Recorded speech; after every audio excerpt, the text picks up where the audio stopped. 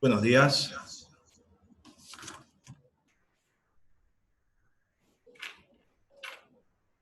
Vamos a estar iniciando la capacitación el día de hoy.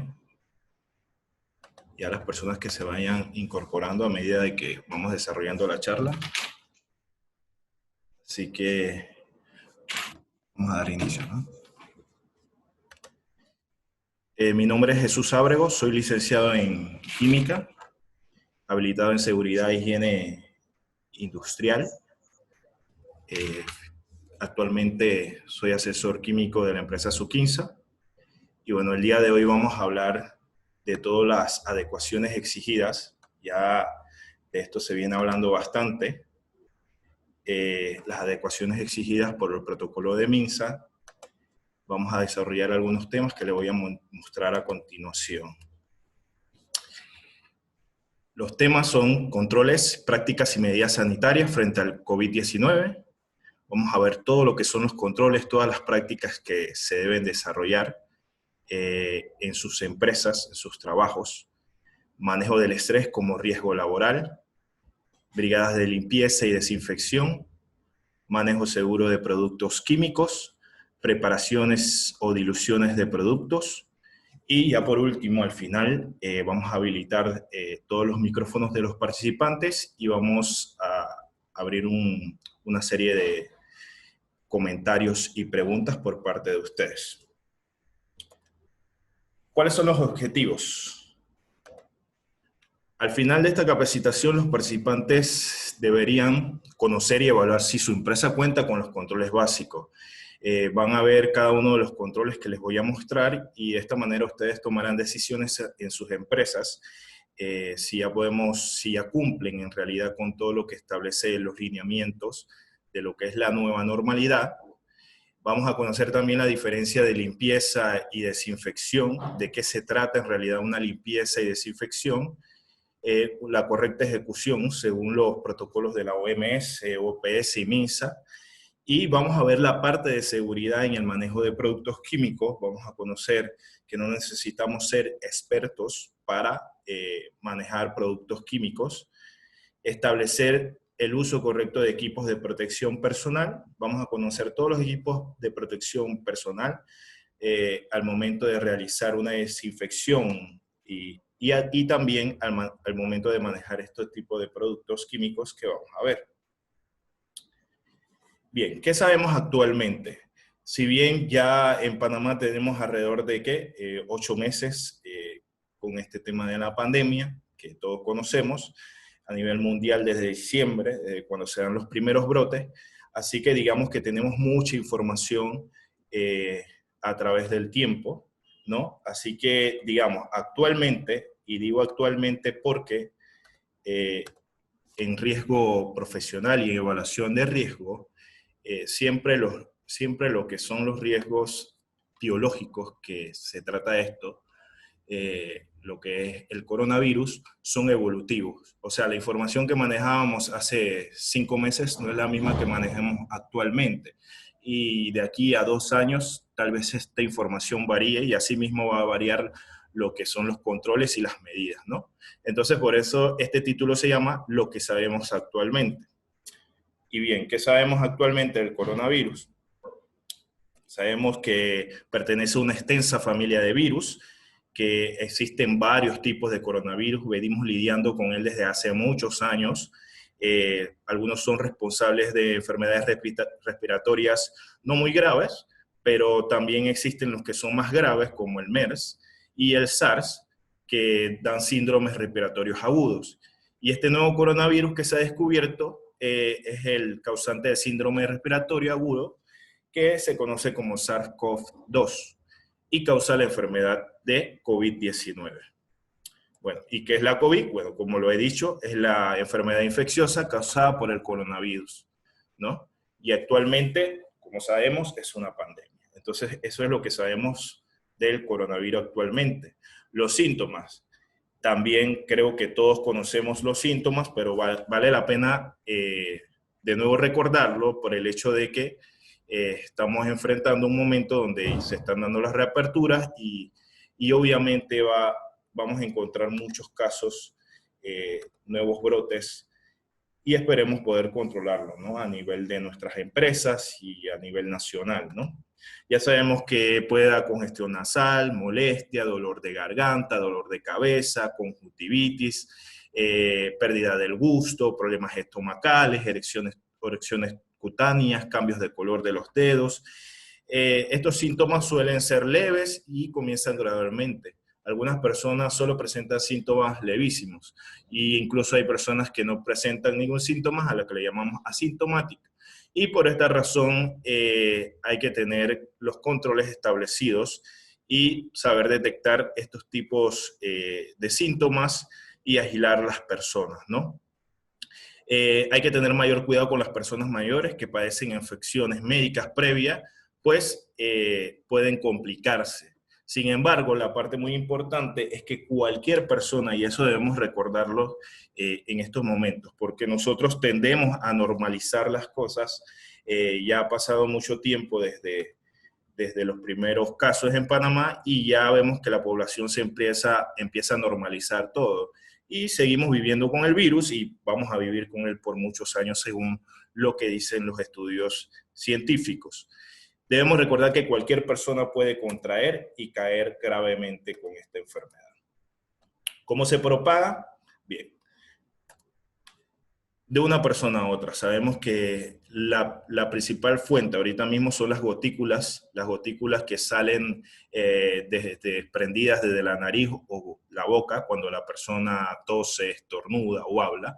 Y estas gotículas son relativamente pesadas y por eso no llegan tan lejos, de ahí la importancia del distanciamiento. Y una persona puede contraer el COVID si inhalas las gotículas procedentes de otra persona. Entonces, por ello es importante lavarse las manos frecuentemente con agua y jabón y con un desinfectante a base de alcohol, que eso lo vamos a ver más adelante también. Ok, llegamos a la parte, ya arrancamos con los controles y digamos que existen diferentes, bueno, por aquí me dicen que no se escucha, me confirman si escuchan. Hay una opción, si están en el celular, no sé si está en el celular, hay una opción que dice algo de la llamada, de encender la llamada. Creo que ahí es el asunto.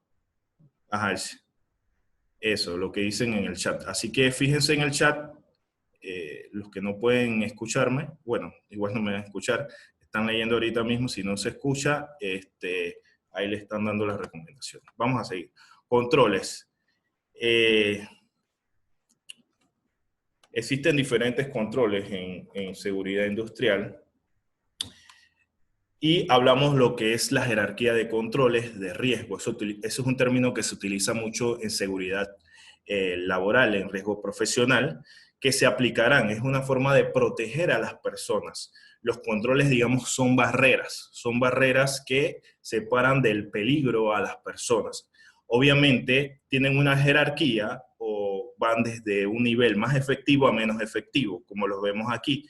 Se aprecian en la ilustración a mano derecha, verán que en la cúspide está la eliminación, que sería los más efectivos, bajando por sustitución, ingeniería, controles de administración, y los menos efectivos, pero con esto no es que no sean importantes, son los equipos de protección personal o por sus siglas EPP.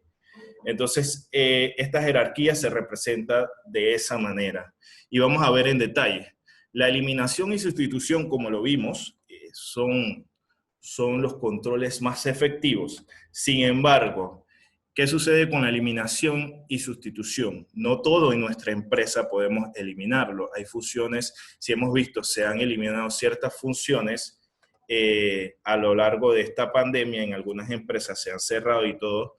Vemos que esto no es del todo adecuado porque algunas de estas funciones no se pueden eliminar del todo.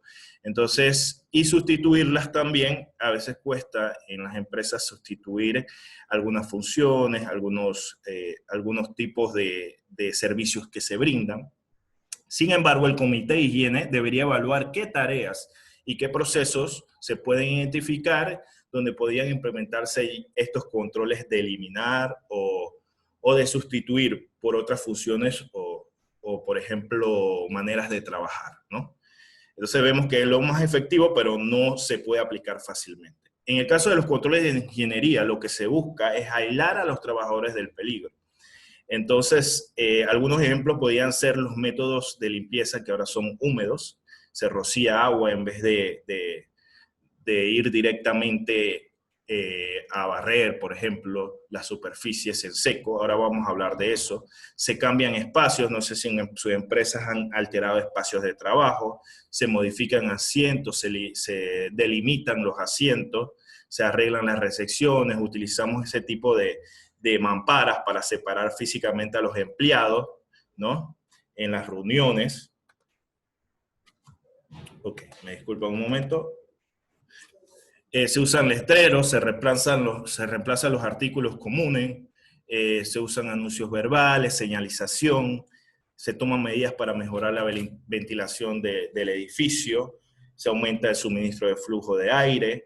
Hay algo importante que hay que considerar también, no solo el mantenimiento de los aires acondicionados, que es muy importante, sino que también se debe usar ventilación natural. De vez en cuando debemos abrir las ventanas, si es posible, obviamente, y si es seguro. Mejorar la filtración del aire, ya lo mencioné, y instalar filtros de aire de eficiencia. Eso se contrata una empresa adecuada para esta función. Entonces, vemos que esos son controles de ingeniería. Aquí les pongo unos ejemplos. Modificación del área de comedor, también los termómetros digitales y que no son de contacto, el uso de pelidubios. Se utilizan también letreros donde se le dice a las personas la cantidad máxima que pueden entrar, dónde depositar la basura, los desperdicios, ya sea como mascarillas, pañuelos y guantes. Esos son ejemplos de controles de ingeniería. Los controles administrativos son los que siguen en lo que son el orden jerárquico. Son utilizados con procesos existentes. Estos controles administrativos más que todo buscan alentar a los trabajadores que permanezcan en sus hogares, buscar mecanismos, la logística para rotar los puestos, establecer una política en la empresa donde se diga los procedimientos o la forma de que van a trabajar, la cantidad de tiempo, se capacitan a los trabajadores, que es básicamente lo que se hace a través de estas reuniones o capacitaciones, sobre los peligros y los controles disponibles. Se colocan etiquetas y señales de advertencias, hablamos de murales donde se dicen las medidas que se deben tomar, se les recuerda al personal todas las medidas de higiene que se deben tomar dentro de la empresa. Se busca minimizar el contacto entre clientes y personas, las reuniones tradicionales ya se dejaron de hacer, se comunica con socios, eso es muy importante que también sus socios, sus proveedores y otros contratistas sepan de las políticas que tiene su empresa. Se establecen días alternos, en fin, todos los mecanismos de comunicación entran en lo que se llaman controles administrativos y es precisamente la administración la que se encarga de suministrar esta información, de modificar o de hacer una logística en la forma de que vamos a trabajar de ahora en adelante y evaluar cada cierto tiempo. Obviamente, como le dije, esto es evolutivo y puede cambiar en el tiempo. Esto no está escrito en piedra, esto puede cambiar, ustedes pueden modificar sus protocolos, sus controles administrativos, dependiendo de cómo evoluciona este tipo de riesgo biológico. Aquí tenemos unos ejemplos de figuras o de paneles o de ilustraciones donde se habla de lavado de manos. Este tipo de cosas lo vemos en las empresas, me imagino que en la mayoría de ustedes está. Si no, le invito, yo soy muy creyente en que debemos ilustrar mucho al personal, porque nosotros somos seres muy visuales, a veces recordamos las cosas visualmente, ¿no? De que debemos lavarnos las manos, de que debemos guardar la distancia, usar mascarilla. A veces uno anda sin mascarilla y un letrero que te dice uso obligatorio de mascarillas, y entonces recuerdas, dejé la mascarilla en el carro, o cuestiones así, ¿no? Entonces es necesario el uso de esta señalización y estos son controles administrativos. En cuanto al equipo de protección personal, como le mencioné al comienzo de hablar de la jerarquía, dijimos que los equipos de protección personal, si bien son los menos efectivos. ¿Y por qué son los menos efectivos? Se pregunta. Sucede que los equipos de protección personal no son 100%, no existe un equipo de protección personal 100% eficaz. Siempre dependiendo de su calidad, dependiendo de sus especificaciones, no nos va a proteger al 100%. Aparte de esto, es que las personas tienden, como le digo, a normalizar y piensan de que porque tienen equipos de protección personal, una mascarilla, un guante, o ahora vamos a ver los otros equipos de protección personal, ya están 100% seguros, y la verdad es que no. Sin embargo, si los mezclamos con otro o mezclamos con otro tipo de controles, y además de equipo de protección personal, tenemos los otros controles que le he mencionado, ingeniería, los controles administrativos, y además aplicamos medidas, entonces digamos que la efectividad de todos estos controles en conjunto aumenta. Y es decir que el equipo de protección personal también es importante, aunque sea menos efectivo. Todos los tipos de equipo de protección personal que deben tener o que deberían. Se seleccionan a base de riesgo para el trabajador. Obviamente no es lo mismo una persona que, además de protegerse para lo que es la enfermedad COVID-19, también tiene que protegerse, por ejemplo, un soldador, un electricista, ¿no? Un albañil que trabaja en altura, tiene otros equipos de protección personal sumados a lo que es equipos de protección para lo que son riesgos biológicos. Entonces, todo va a depender del riesgo para el trabajador. No todos tenemos que usar guantes de seguridad, guantes de estos que vamos a ver ahora cuáles son. Va a depender de la función, entonces. Que se ajusten apropiadamente, usarse de manera consistente y apropiada, deben inspeccionarse y de hecho deben recibir un mantenimiento, ¿no? Dependiendo del equipo de protección personal. Removerse, limpiarse y almacenarse, esto es para lo que son reutilizables, y lo que no, se deben desechar de manera segura para evitar obviamente la contaminación del usuario o de otros, ¿no? Seguimos aquí. Y ahora vemos que estamos en otro tema, de los primeros que le mencioné, y que también habla en los protocolos y lineamientos del MINSA, y que debe estar incluido dentro de sus políticas, dentro de sus protocolos en sus empresas.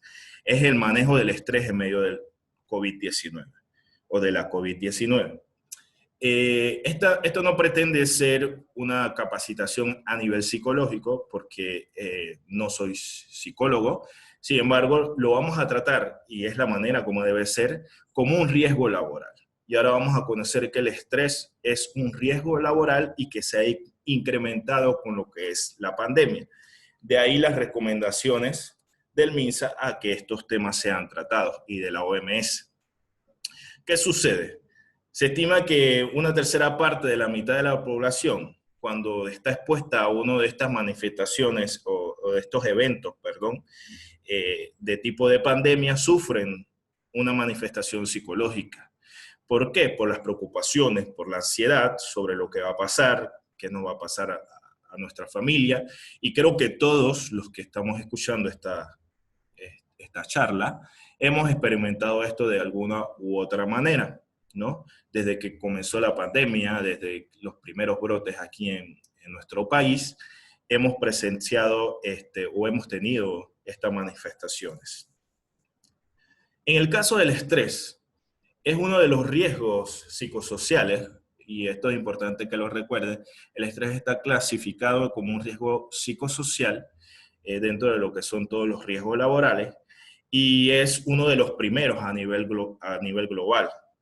Y es una respuesta a los factores, externos psicosociales de riesgo. Entonces, para que conozcamos que el estrés en la nomenclatura de riesgos, está ubicado como riesgo psicosocial. Una definición de la OMS sería que es una reacción fisiológica que prepara al organismo para la acción, ¿no? Así lo define lo que es la Comisión Europea, un patrón de reacciones emocionales, cognitivas, fisiológicas y de comportamientos a ciertos aspectos adversos o nocivos. Es un estado que caracteriza por altos niveles de excitación. Entonces vemos que es como una serie de manifestaciones de nuestro organismo a, a ciertas situaciones, ¿no? Es algo natural, pero como vamos más adelante, puede ser negativo para nuestra salud. Entonces aquí actúa, como le dije, es algo natural.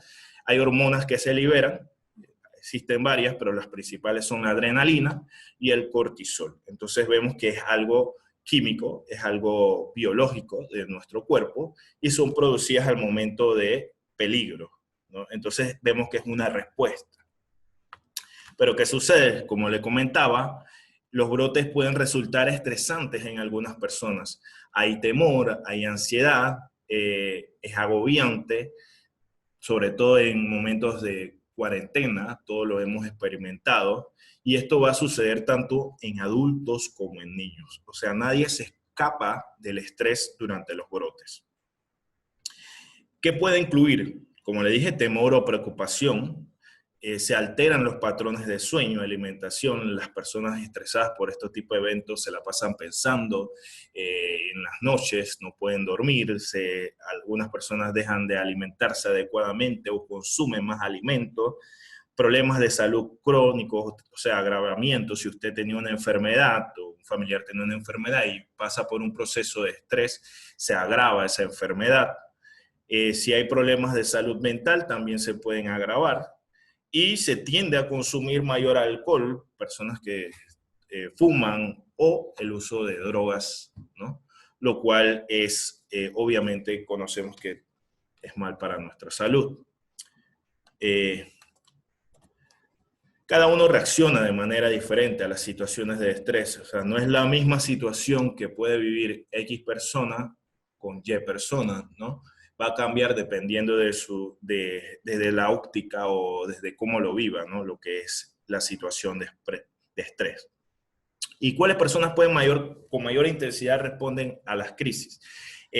Son adultos mayores, personas con enfermedad crónica, porque se preocupan obviamente de que su condición puede alterarse o puede agravarse con lo que es la COVID-19, niños y adolescentes. En el caso de los niños y los adolescentes, aquí hay un factor extra que no es precisamente por preocupación de enfermarse, sobre todo en niños y adolescentes, sino por el hecho de que sus actividades cotidianas, ya sea ir a la escuela, reunirse con amigos, etcétera, ha sido brutalmente alterada. Entonces, esto crea también una cierta niveles de estrés y los que son padres lo han podido notar en sus hijos, ¿no?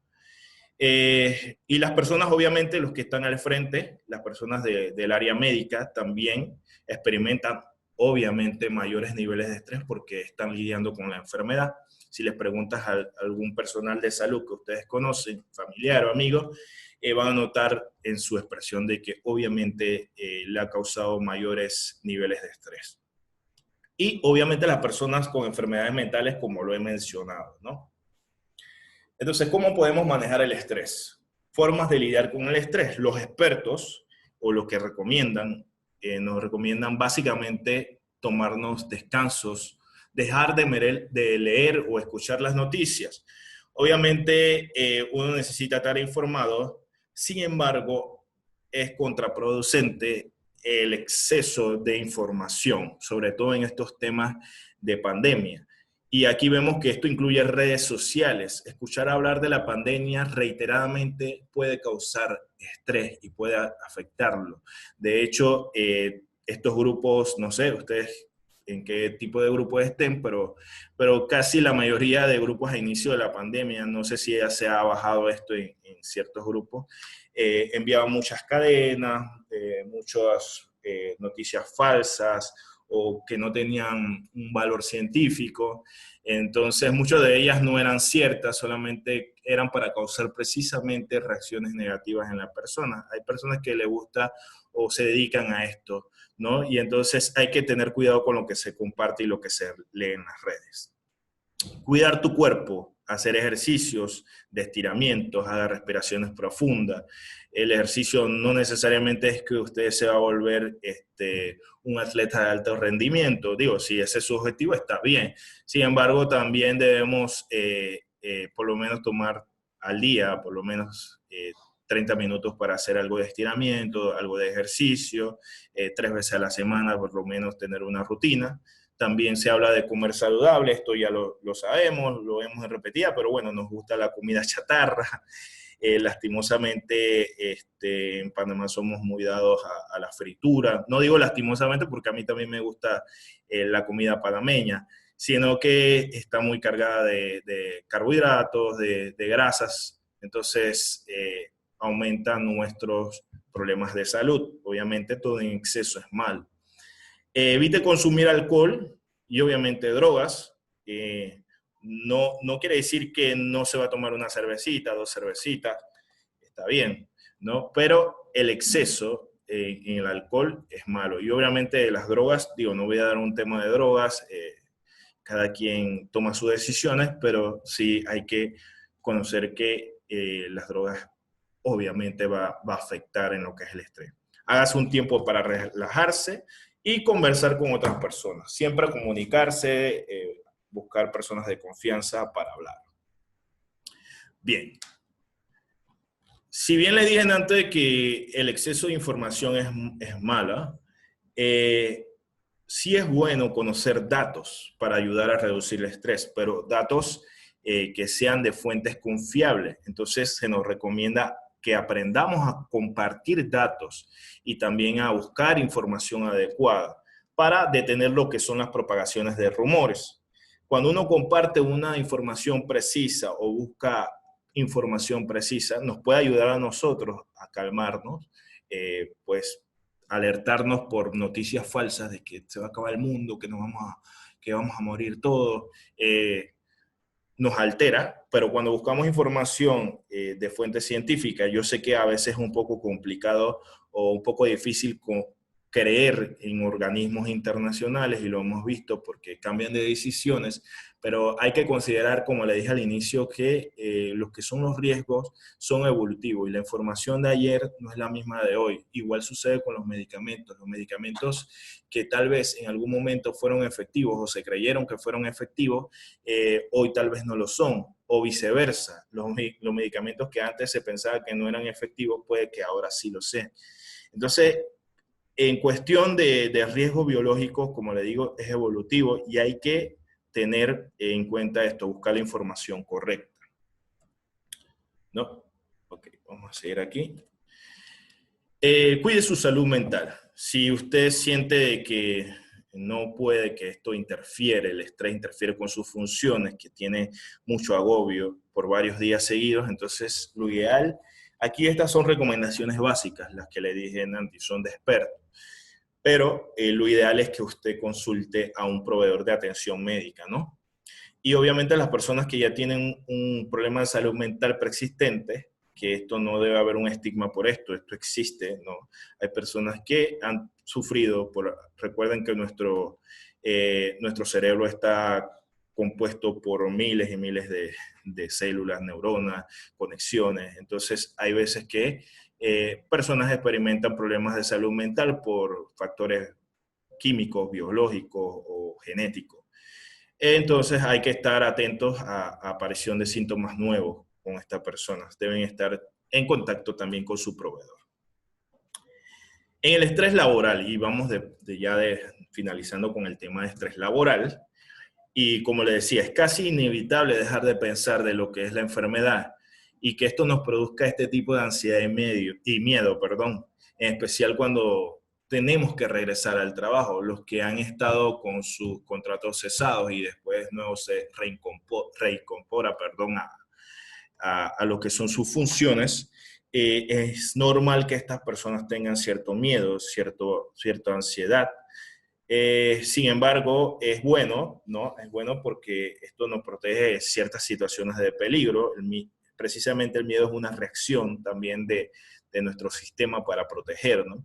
Sin embargo, en exceso nos puede paralizar y afectar nuestra salud mental, ¿no? Por eso hay mucha información no veraz y sigamos las recomendaciones que nos da el personal de salud.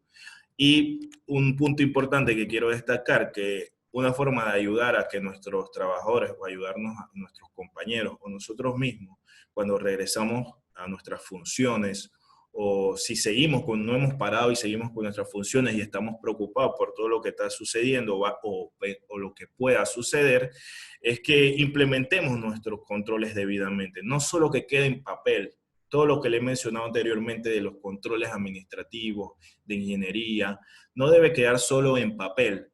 De nada sirve escribir un protocolo bien bonito, bien desarrollado, con todos los ítems, los puntos, si no lo ejecutamos, no lo desarrollamos. Entonces, y viceversa, de nada sirve tratar de implementar controles y tratar de hacer medidas si nada de esto lo plasmamos en un protocolo. Entonces va de la mano estas dos cosas.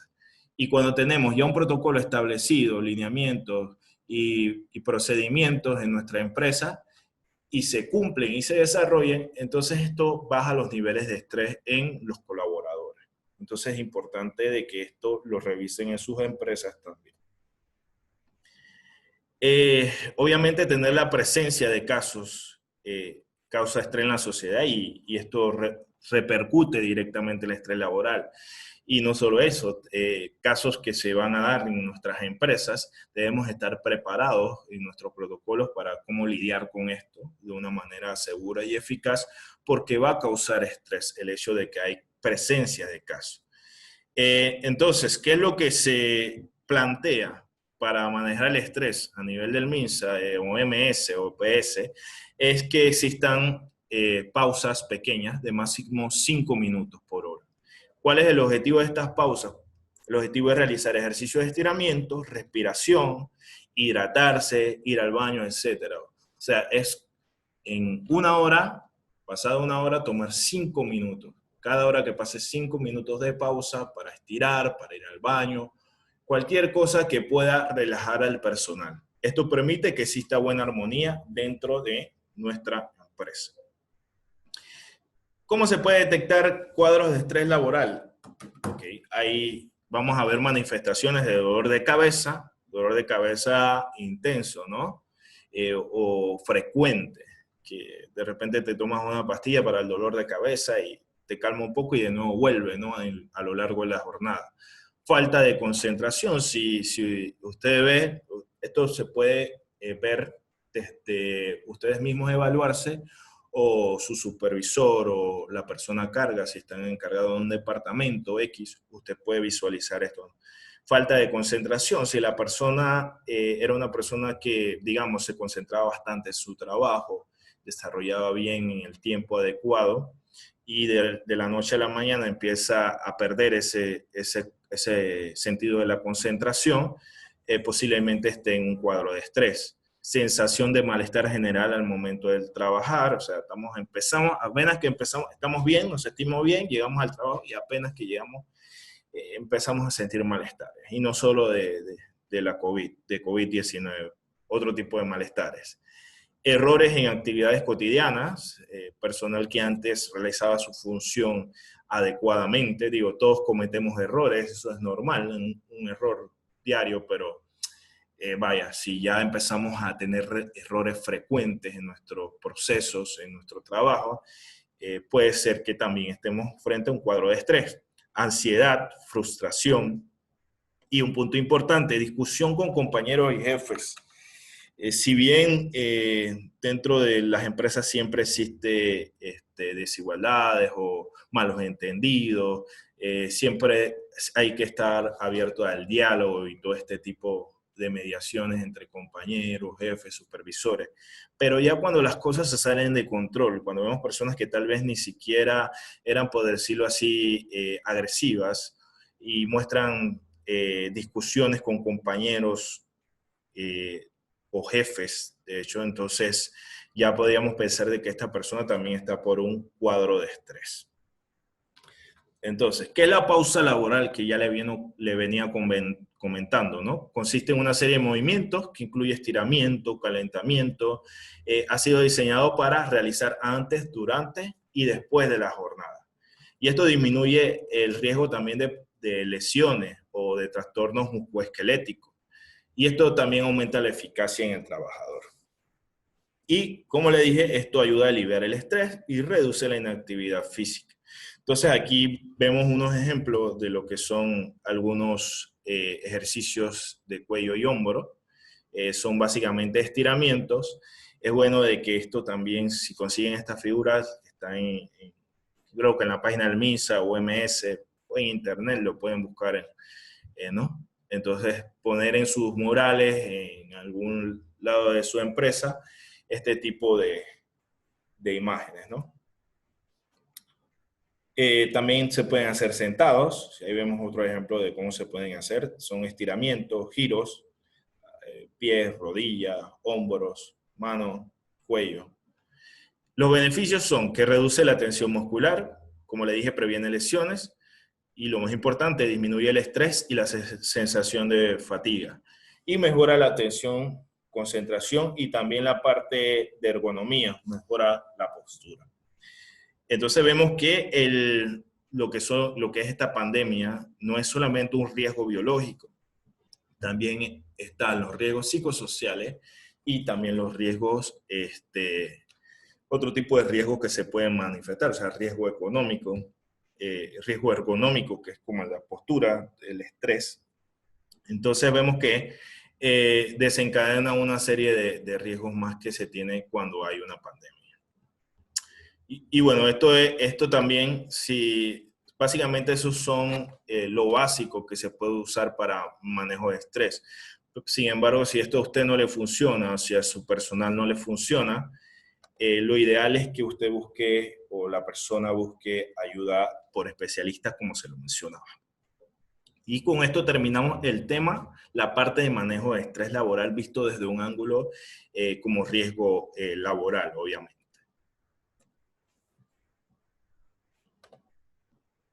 Ok, vamos a ver si alguien aquí, ok, no hay ninguna pregunta.